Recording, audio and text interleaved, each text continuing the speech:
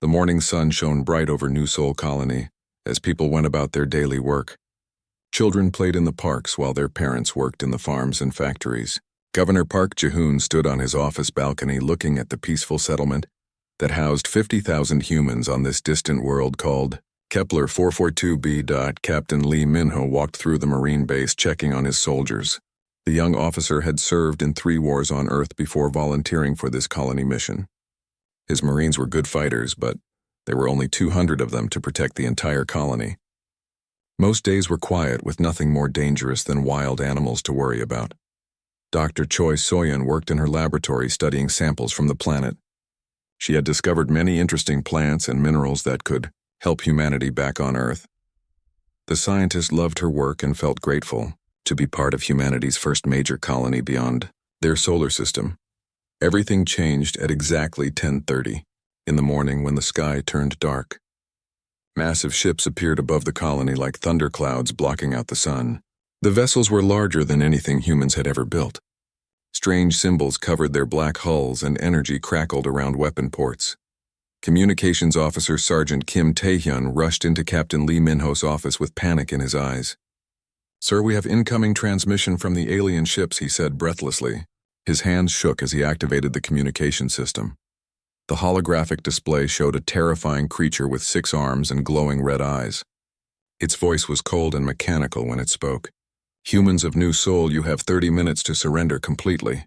Your species is weak and primitive. We are the Vorthak Empire and we claim this world as our own.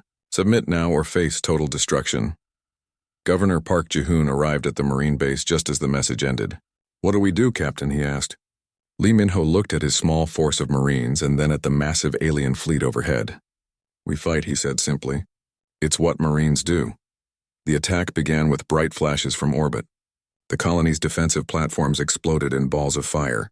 The aliens had destroyed humanity's only orbital weapons in seconds. Panic spread through the streets as civilians ran for the underground shelters. Alien drop pods rained down across the colony like deadly meteorites.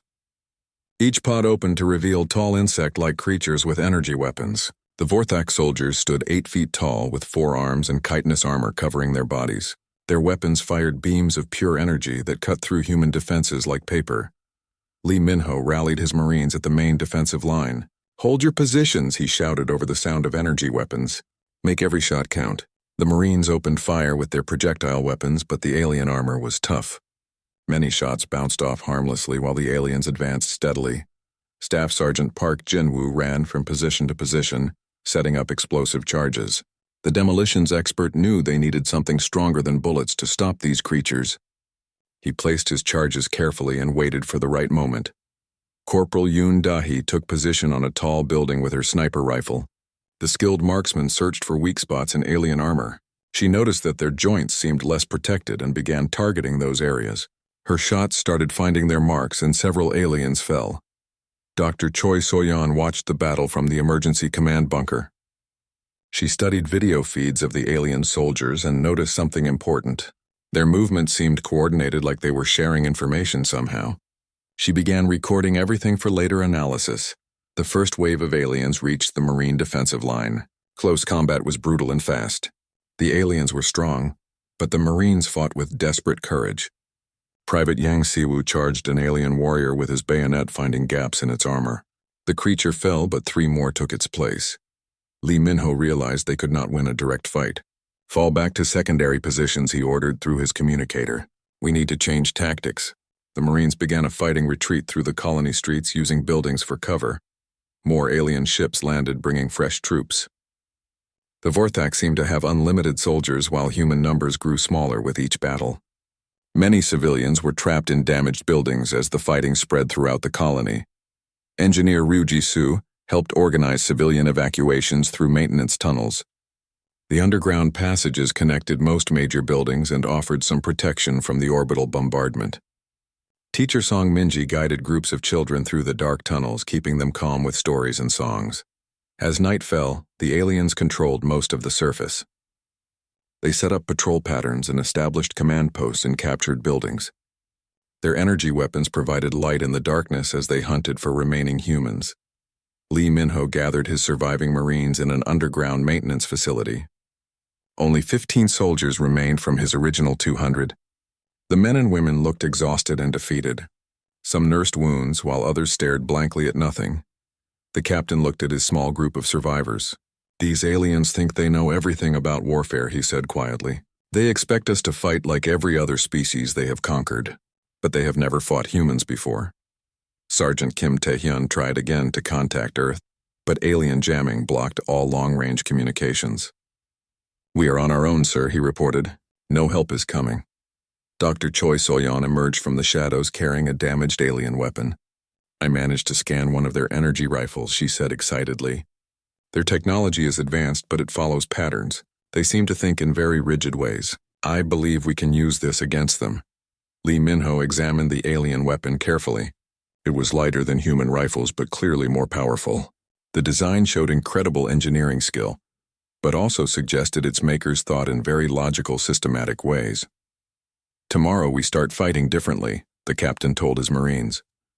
"No more direct confrontations. We use the tunnels and hit them where they do not expect. We make them afraid to walk the streets of our colony." Outside the maintenance facility, alien patrols moved through empty streets. The Vorthak soldiers communicated in clicking sounds and seemed confident of victory. They had conquered 200 worlds and expected this one to fall just as easily. But in the darkness below the surface, human determination grew stronger. The Marines cleaned their weapons and planned their next moves. They had lost the first battle, but the war was just beginning. Lee Min-ho looked at each of his surviving soldiers. "Tomorrow we show them what happens when you corner a Marine," he said with grim determination. They wanted to see what humans are capable of.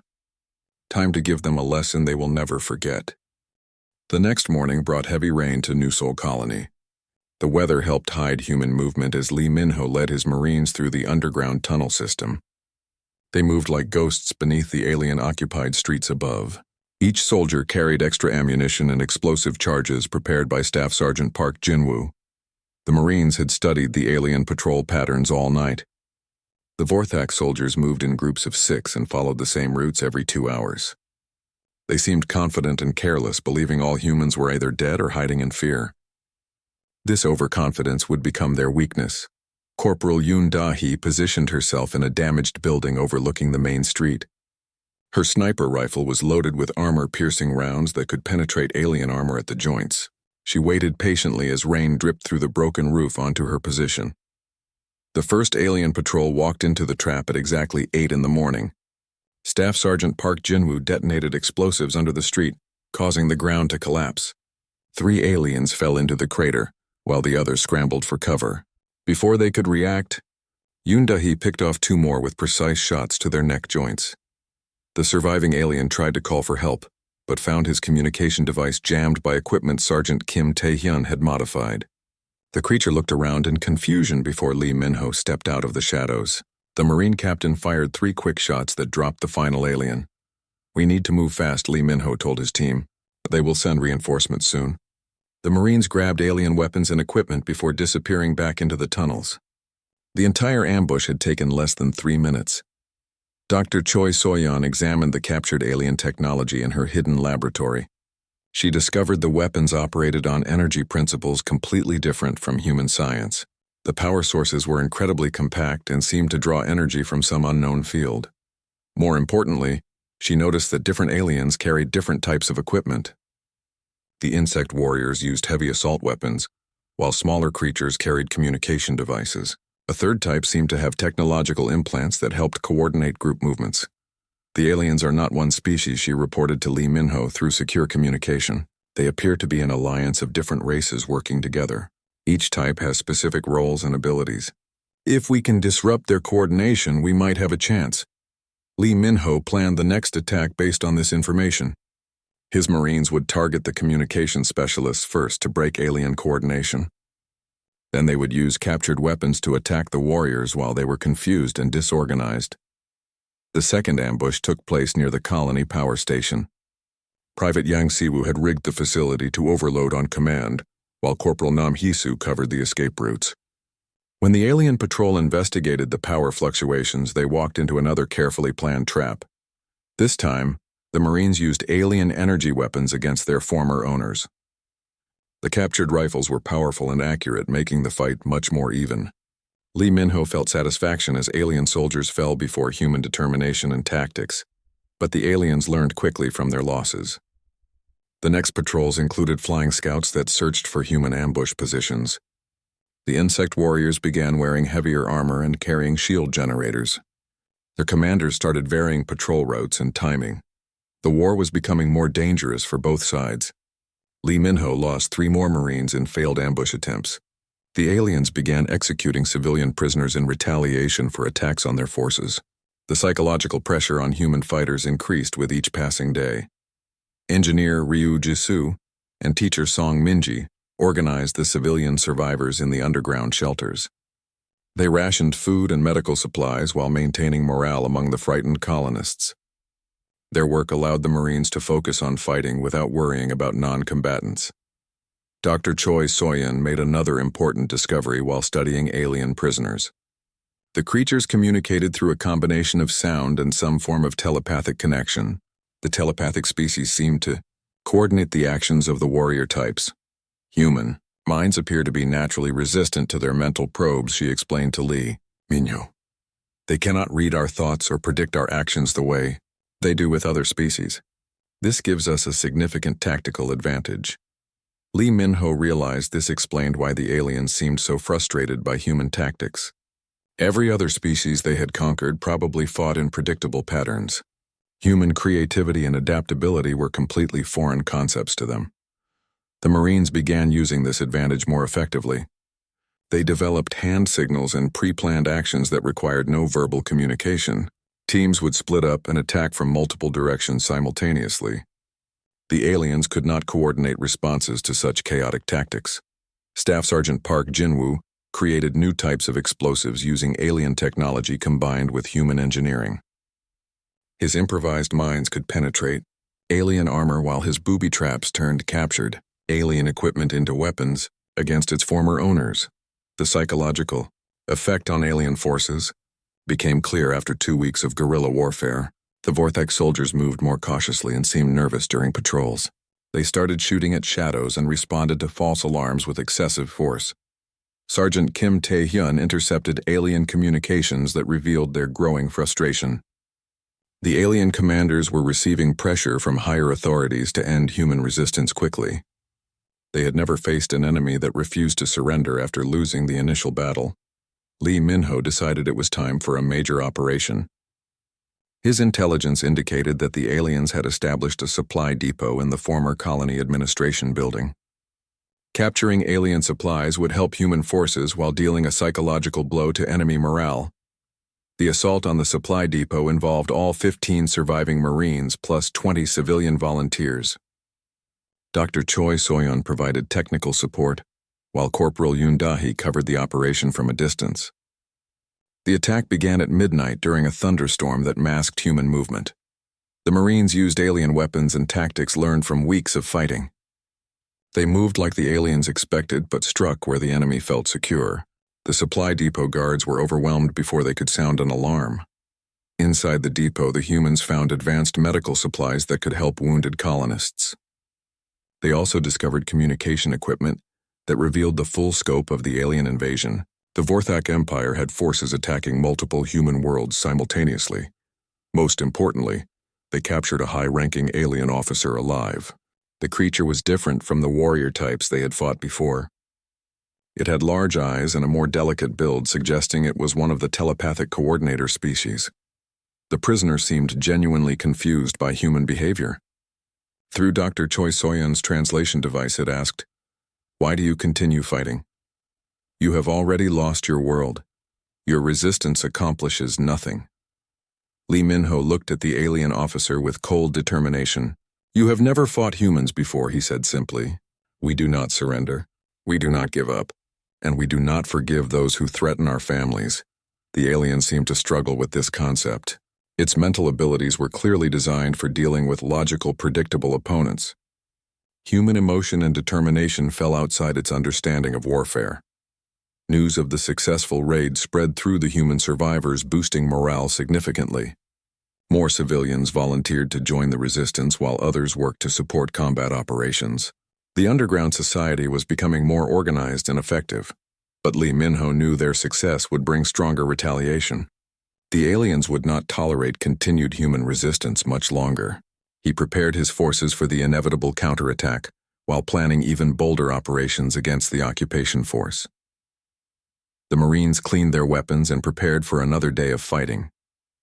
Outside the hidden base, alien patrols searched desperately for the human fighters who struck without warning and disappeared like smoke. The war for New Seoul was far from over. 3 weeks after the invasion began, strange signals reached New Seoul through captured alien communication equipment.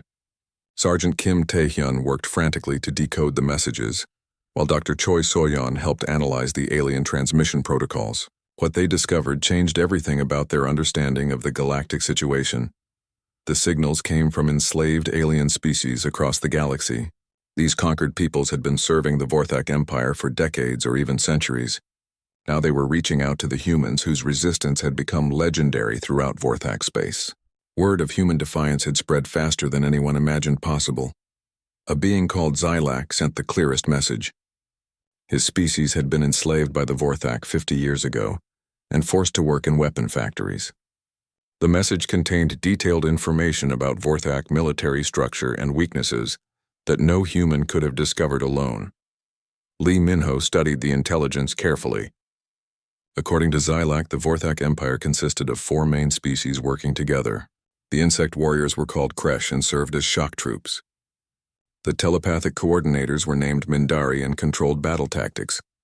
The technological species called Synthek maintained equipment and weapons. Finally, the energy beings known as Flux commanded the entire operation. Each species had specific weaknesses that could be exploited. The Kresh relied heavily on coordination from Mindari telepaths. The Synthek were vulnerable to electromagnetic pulses. The Mindari could be overwhelmed by chaotic sensory input. The Flux beings, despite their power, were susceptible to certain energy frequencies. This information allowed Lee Min-ho to plan more effective attacks. Lieutenant Nam Seung-min joined the resistance after escaping from a prison facility. The former Special Forces operator brought knowledge of psychological warfare that proved invaluable against alien forces. Staff Sergeant Park, Jinwoo began developing new weapons based on the intelligence about alien weaknesses. He created electromagnetic pulse grenades that could disable Synthek equipment. His sonic bombs produced frequencies that caused pain to Mindari telepaths. Most importantly, he developed light bombs that could temporarily blind the sensitive Kresh warriors. The resistance grew as more survivors emerged from hiding. Colony Security Chief Kang Woo-jin brought 30 trained guards who knew every building and tunnel in New Seoul. Mechanic Oh Dong-yoon contributed his knowledge of colony machinery and vehicles. Communications specialist Lee Yuna helped establish contact with other human settlements. Dr. Choi So-yeon made a breakthrough discovery about human neural patterns. Her research showed that human brains operated on frequencies that naturally interfered with Mindari telepathy. This explained why the aliens had such difficulty predicting human actions and coordinating responses to guerrilla attacks. Building on this discovery, she developed a neural feedback device that could actively disrupt alien telepathy. The device was small enough to be carried by individual fighters and created a field that caused pain to any Mindari who attempted mental contact with humans. The first major test of these new capabilities came when alien forces launched a sweep operation to clear the tunnel systems.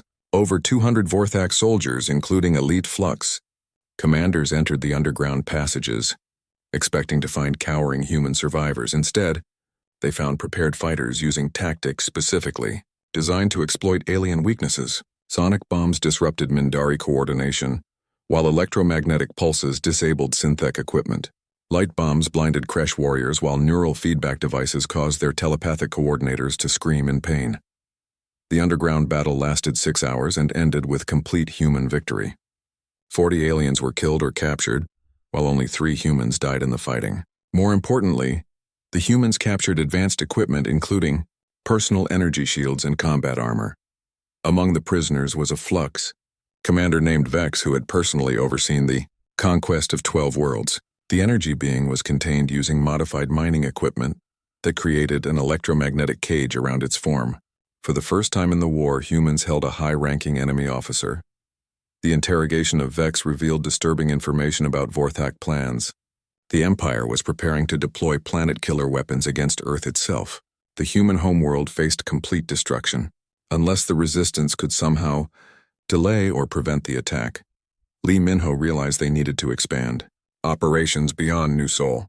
His small force could not defeat the entire Vorthak Empire, but they might be able to inspire resistance movements on other worlds. The key was proving that the mighty Vorthak could be beaten by supposedly inferior species. More alien defectors began arriving at the resistance base. A group of enslaved Zephyrians, led by scientist Kayla, brought knowledge of Vorthak manufacturing processes. Former Vorthak slaves called the Nordak provided intelligence about enemy troop movements and supply lines. The multi-species resistance began planning coordinated attacks across the galaxy. Each world would use tactics adapted from human guerrilla warfare, but modified for local conditions and available resources. The goal was to force the Vorthak Empire to fight on multiple fronts simultaneously. Communications specialist Lee Yuna established a secret network linking resistance movements on dozens of worlds. The network used modified Vorthak equipment combined with human encryption techniques that alien intelligence could not break. Messages traveled from world to world carrying plans and encouragement. Combat Medic Sergeant First Class Jung Sun-hee began training alien volunteers in human medical techniques. Many species had different physiologies, but basic principles of trauma care were universal. Her field hospitals treated wounded fighters from multiple species working together against their common enemy. The psychological impact of multi-species cooperation was enormous. For the first time in generations, enslaved people saw hope for freedom. The Vorthak Empire, which had seemed invincible for centuries, suddenly appeared vulnerable to coordinated resistance. Captain Shin Yujin took command of intelligence operations, coordinating information from across the galaxy. Her analysis revealed that the Vorthak had never faced sustained resistance before. Every previous conquest had ended quickly with complete surrender or total extermination of the defending species. The Empire simply had no experience with guerrilla warfare or coordinated multi-world resistance movements. Their entire military structure was designed for overwhelming, technologically inferior opponents. Through superior firepower and numbers, Lee Min-ho began planning the most ambitious operation yet attempted by human forces. Intelligence indicated that the Vorthak command ship orbiting New Seoul contained the strategic planning center for the entire sector. Capturing or destroying this ship could disrupt enemy operations across dozens of worlds. The plan required unprecedented cooperation between human marines and alien volunteers. Zephyrian pilots would fly captured alien shuttles, while Nordak technicians provided electronic warfare support. Human fighters would provide assault capabilities using weapons specifically designed to exploit Vorthak weaknesses. Success seemed impossible against such overwhelming odds, but Lee Min-ho had learned that impossible was just another word for difficult. His Marines had already accomplished the impossible by surviving 3 weeks against the mighty Vorthak Empire. Now they would attempt something even more audacious. The resistance fighters prepared for their most dangerous mission, while across the galaxy, enslaved species watched and waited. The outcome would determine whether the spark of human defiance would grow into a flame of galactic liberation or be extinguished forever by Vorthak vengeance. Staff Sergeant Park Jinwoo loaded his most powerful explosives while Corporal Yoon Da-hee cleaned her rifle one more time. Tomorrow they would take the war to the enemy in their own stronghold. The Marines were ready to show the galaxy what humans could accomplish when they refused to surrender.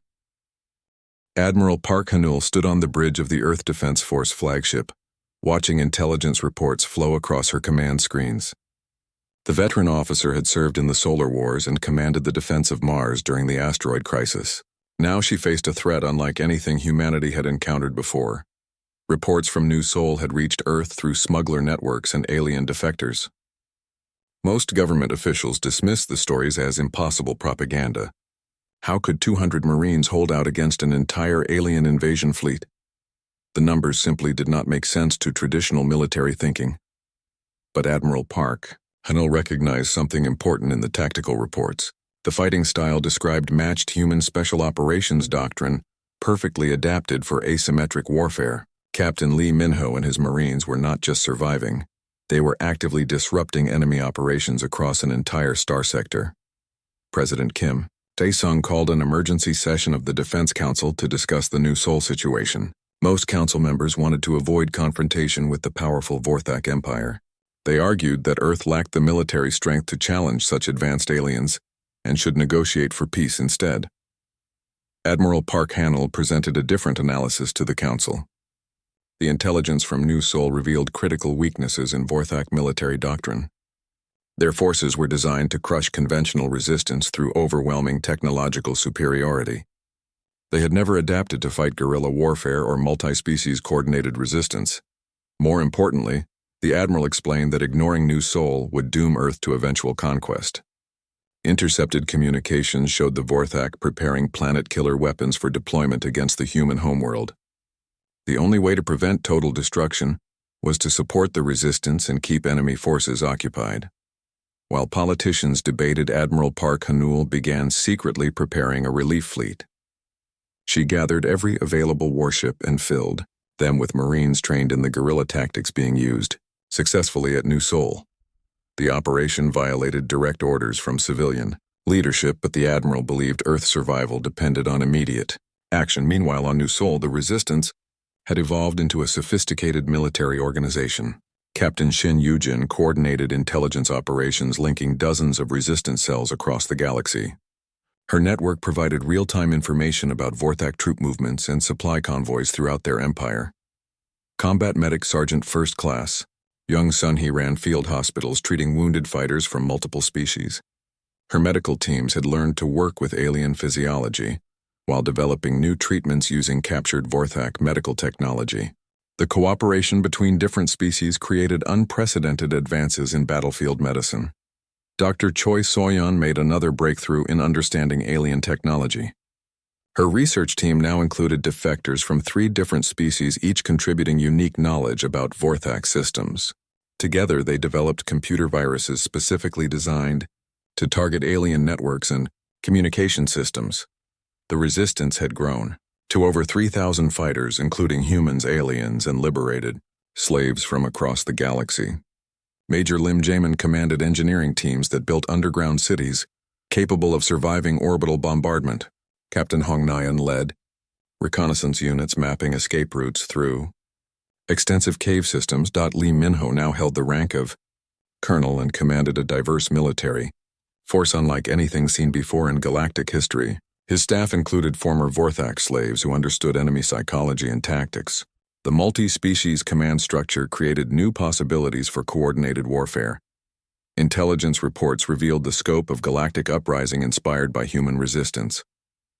Over 50 worlds now hosted active resistance movements using tactics learned from New Seoul broadcasts. The Vorthak Empire found itself fighting on multiple fronts for the first time in its 1,000-year history. The psychological impact on Vorthak forces was devastating. Soldiers who had conquered hundreds of worlds without serious opposition now faced enemies who refused to surrender. Many alien units showed signs of combat stress and declining morale as the war dragged on without clear victory. General Krix, commanding Vorthak forces at New Seoul, faced increasing pressure from the high command. His superiors demanded immediate resolution of the human problem, so forces could be redeployed to handle uprisings elsewhere. The general decided to use the most extreme measures available to his command. Atmospheric processors arrived in the New Seoul system, carried by massive Vorthak transport vessels. These weapons could alter planetary atmospheres, making worlds uninhabitable for specific species.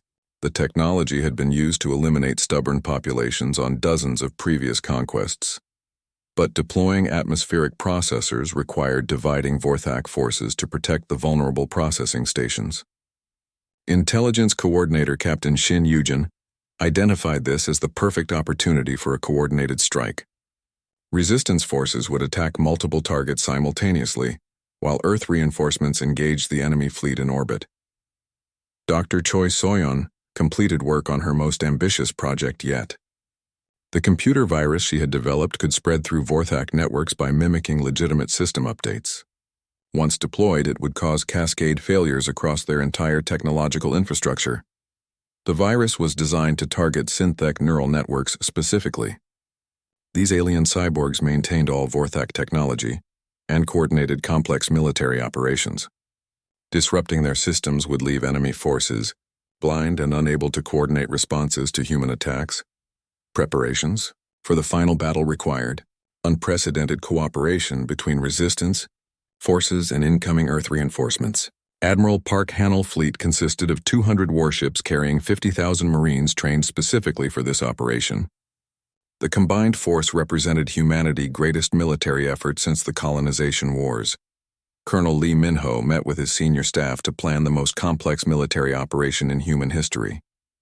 The assault would begin with resistance forces attacking atmospheric processing stations on the surface, while Earth fleet engaged enemy ships in orbit. Success required perfect timing and coordination between ground and space forces. Staff Sergeant Park Jin-woo prepared his most powerful explosive devices for the surface assault. His bombs were designed to destroy atmospheric processors before they could alter the planet's environment. The demolitions expert had become legendary among resistance fighters for his creative use of alien technology. Corporal Yoon Da-hee sighted her rifle and prepared for the battle that would determine New Seoul fate. The skilled sniper had accounted for over 100 enemy casualties during weeks of guerrilla warfare. Her marksmanship had become a symbol of human precision and determination. Intelligence reports confirmed that Vorthak High Command was losing patience with General Crick's failure to crush human resistance. Several elite units had been dispatched from other sectors to reinforce New Seoul operations. The enemy was committing significant resources to eliminate what they saw as a growing threat to imperial stability. But this concentration of forces created opportunities for resistance movements on other worlds. With fewer Vorthak troops available to maintain occupation, many enslaved species launched their own liberation campaigns. The Galactic situation was reaching a critical tipping point. Colonel Lee Min-ho addressed his diverse command staff one final time before the battle began. "We started as a small group of Marines defending our colony," he said, looking at human and alien faces around the table. "Now we represent hope for freedom across the entire galaxy. Tomorrow we finish what we started." The countdown to battle began as Earth fleet approached the edge of the New Seoul system. Admiral Park Hanel coordinated with resistance forces on the surface, while her ships prepared for the largest space battle in human history. Success would save not just New Seoul, but potentially liberate countless worlds from Vorthak tyranny. Failure would mean the end of human resistance and the eventual destruction of Earth itself. The stakes could not be higher as two very different military philosophies prepared to clash in the darkness of space above a small human colony that had refused to surrender. Admiral Park Hanel fleet dropped out of hyperspace at the edge of the New Seoul system, just as the first atmospheric processors began their deadly work.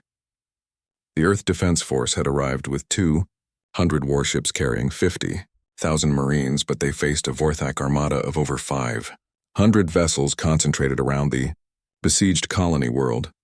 The Admiral stood on her flagship bridge, watching tactical displays that showed the true scope of the battle ahead. Vorthak ships surrounded New Seoul like a metal wall, while smaller craft ferried troops and equipment to the surface. The enemy had committed massive resources to crush human resistance once and for all. Captain Morrison of the heavy cruiser Seoul Pride reported his ship ready for combat.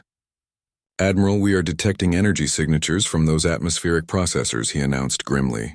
"They are designed to release toxins that will kill all human life within 72 hours of activation." Admiral Park Hanul nodded, understanding the terrible urgency of their situation. The Vorthak had decided to solve the human problem through genocide rather than continued military action. Earth fleet had arrived just in time to prevent the complete extermination of New Seoul colonists. On the surface, Colonel Lee Min-ho received confirmation that Earth reinforcements had arrived. His resistance fighters cheered when they heard Admiral Park Hanul voice over secure communication channels. The Marines who had held out for months against impossible odds finally had support from their home world, but the situation remained desperate even with reinforcements. Vorthak ground forces had surrounded the atmospheric processing stations with heavy defensive positions. The alien commanders knew that destroying these facilities was humanity's only hope for survival on New Seoul. Dr. Choi Soyeon worked frantically to deploy her computer virus through captured alien communication networks. The virus was designed to spread automatically once inserted into Vorthak systems. Success would disrupt enemy coordination, just as the final battle began. Major Lim Jamin coordinated with Earth forces to plan simultaneous attacks on multiple processing stations. His engineering teams had identified structural weak points that could be exploited using precisely placed explosive charges. The mission required perfect timing between orbital bombardment and ground assault. Staff Sergeant Park Jin-woo loaded his most powerful bombs while checking detonation sequences one final time. His explosives were specifically designed to destroy atmospheric processors without releasing their deadly contents into the environment. One mistake could doom every human on New Sol. The space battle began when Vorthak patrol ships detected the approaching Earth fleet. Admiral Park Han-ul had hoped to achieve tactical surprise, but enemy sensors were too advanced.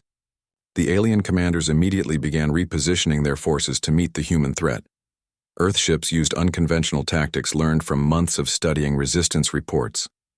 Instead of engaging in traditional fleet formations, they spread out and attacked from multiple directions simultaneously. The chaotic approach confused Vorthak commanders, who expected logical battle plans. Captain Park Hyun-woo commanded the E. Destroyer Storm using hit-and-run, tactics that mimicked ground-based guerrilla warfare. His ship would appear from behind asteroids, fire a salvo of missiles, and disappear before enemy weapons could target effectively. The unpredictable attacks disrupted Vorthak fleet coordination. Meanwhile, Captain Hong Nayeon led reconnaissance teams that infiltrated enemy positions around the processing stations. Her scouts identified guard rotations and weapon placements, allowing assault teams to plan precise attacks. The intelligence gathering was crucial for mission success. Combat medic Sergeant First Class Young Sun-hee established field hospitals near the planned assault routes. Her medical teams were prepared to treat casualties from multiple species during the coming battle. The cooperation between human and alien medical personnel had saved hundreds of lives during previous engagements. Dr. Choi Soyeon virus began spreading through Vorthak computer networks, causing system failures across enemy installations. Alien commanders found their communication systems unreliable, just as they needed coordination most. The technological warfare created confusion at the worst possible time for the invaders. Admiral Park Han-ul ordered her flagship forward to engage the largest Vorthak vessels directly.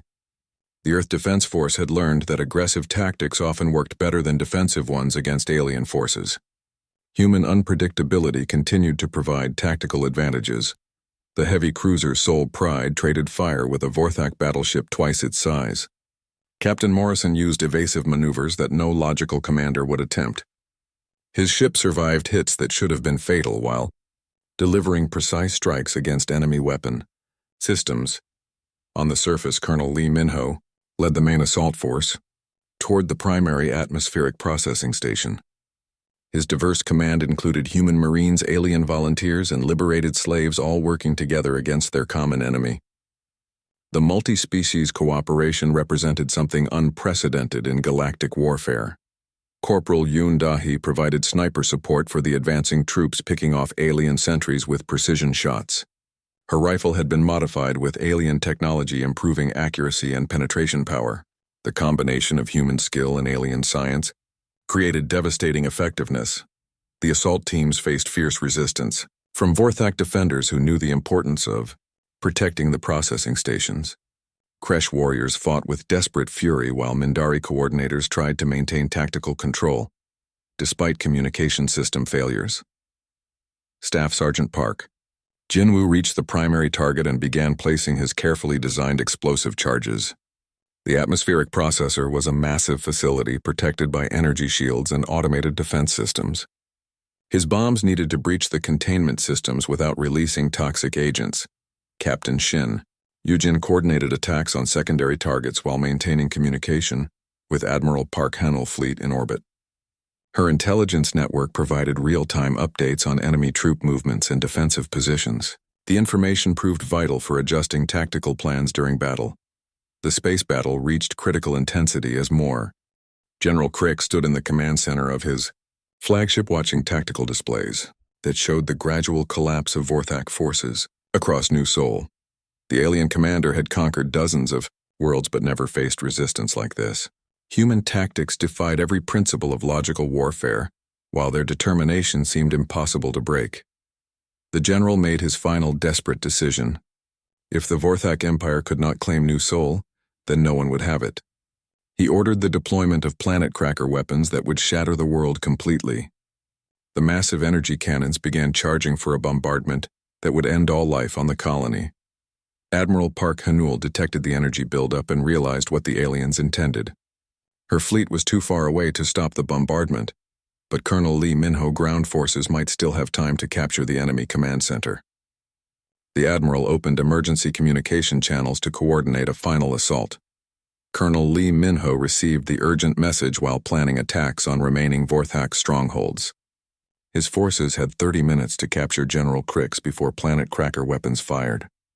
The mission seemed impossible, but Marines had been accomplishing impossible tasks for months. The multi-species assault force moved with desperate speed toward the alien command facility. Human Marines led the attack while alien volunteers provided technical support and local knowledge. The cooperation between former enemies demonstrated how war could forge unexpected alliances. Staff Sergeant Park Jinwoo prepared his most powerful explosive charges for breaching the heavily defended command bunker. His demolitions expertise had proved crucial throughout the resistance campaign. Now everything depended on his ability to open a path through enemy fortifications. Corporal Yoon Da-hee took position to provide covering fire for the assault teams. Her sniper rifle had been modified with alien technology, creating unprecedented accuracy and penetration power. The combination of human skill and advanced science made her one of the most feared fighters in the resistance. Dr. Choi Soyun worked frantically to expand her computer virus into the planet cracker targeting systems. If she could disrupt the weapons long enough for assault teams to reach General Crix, the bombardment might be prevented. Her technological warfare had already proved decisive in several battles. The assault began with coordinated attacks on outer defensive positions. Combat medic Sergeant First Class Young Soon-hee followed close behind treating wounded fighters while maintaining the advance momentum. Her medical teams had saved hundreds of lives during the long campaign. Captain Shin Yu-jin coordinated intelligence support for the attacking forces while monitoring enemy communications. Her network provided real-time updates on defensive positions and troop movements inside the command facility. The information proved vital for navigating alien strongholds. Major Lim Jamin engineering teams cleared obstacles and maintained supply lines for the advancing assault force. His expertise with both human and alien technology allowed rapid adaptation to changing battlefield conditions. The multi-species cooperation created unprecedented tactical flexibility. The breakthrough came when Staff Sergeant Park Jin-woo explosive charges breached the main defensive wall. Human Marines poured through the gap, followed by alien volunteers seeking revenge against their former oppressors. The diverse assault force fought with fury born from months of desperate resistance. Inside the command facility, Colonel Lee Minho encountered General Crix's personal guard of elite flux warriors. These energy beings had never been defeated in personal combat, but they faced human tactics they could not understand or predict. The battle was fierce and deadly. Captain Hong Nyan led flanking attacks that confused alien defenders, while creating multiple entry points for assault teams. Her reconnaissance expertise allowed precise strikes against enemy weak points.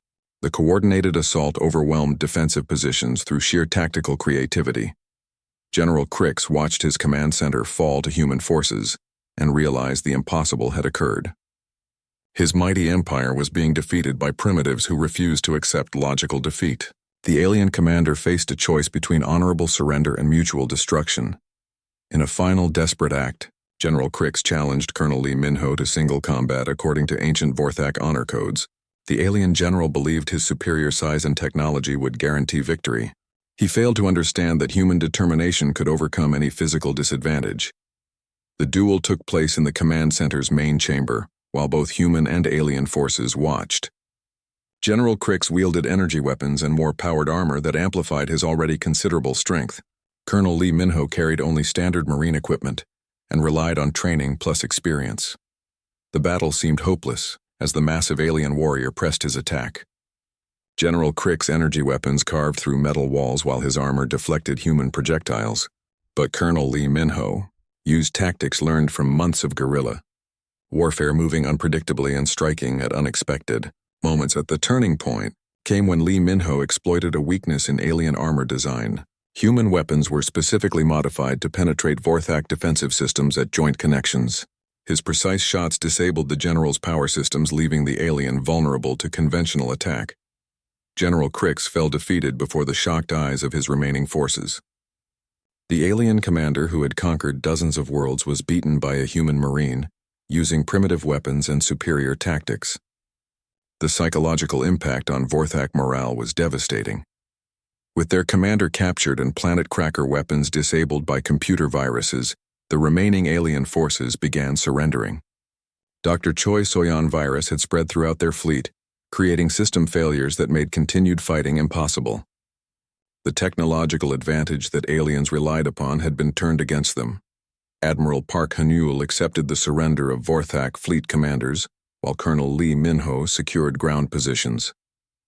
The victory at New Seoul was complete, but its implications reached far beyond one colony world. News of human success spread throughout the galaxy, inspiring liberation movements everywhere. Within weeks, the Vorthak Empire began collapsing as enslaved species rose up against their oppressors. The tactics developed at New Seoul were adapted for use on dozens of worlds. Multi-species resistance movements, coordinated through communication networks established by human intelligence officers, that the United Earth Defense Force found itself at the center of a galactic liberation movement. President Kim Dae-sung authorized the creation of a Galactic Freedom Corps, with Colonel Lee Min-ho promoted to general and placed in command. His experience with multi-species cooperation made him ideal for coordinating liberation efforts. Dr. Choi Soyeon led scientific exchanges that shared human technology with liberated alien species.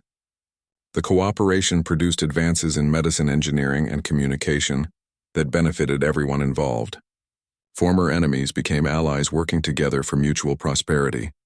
New Seoul was rebuilt as a symbol of successful resistance against tyranny. The colony became home to refugees from across the galaxy, while serving as a training center for liberation forces. The underground facilities that had sheltered human resistance were expanded to accommodate diverse species. Admiral Park Han-Yul established the Interstellar Defense Academy, where officers from dozens of species learned tactics that had proven effective against technologically superior opponents. The unconventional warfare methods developed during the New Seoul campaign became standard. Doctrine for liberation forces, the war crimes. Trials of captured Vorthak leaders were held on Earth with representatives from liberated worlds serving as judges. General Crix and his commanders faced justice for centuries of oppression, while their former victims testified about imperial atrocities. 5 years after the invasion began, General Lee Min-ho stood before representatives from over 200 liberated worlds at the signing of the Galactic Freedom Charter. The document established principles of self-determination and mutual cooperation that would prevent future tyrannies from arising. The memorial ceremony honored both human and alien fighters who died for freedom. Staff Sergeant Park Jin-woo and Corporal Yoon Da-hee were among those posthumously decorated for heroism beyond the call of duty. Their sacrifice had helped save countless worlds from oppression. Dr. Choi Soyeon continued her research into the application of human creativity to galactic problems.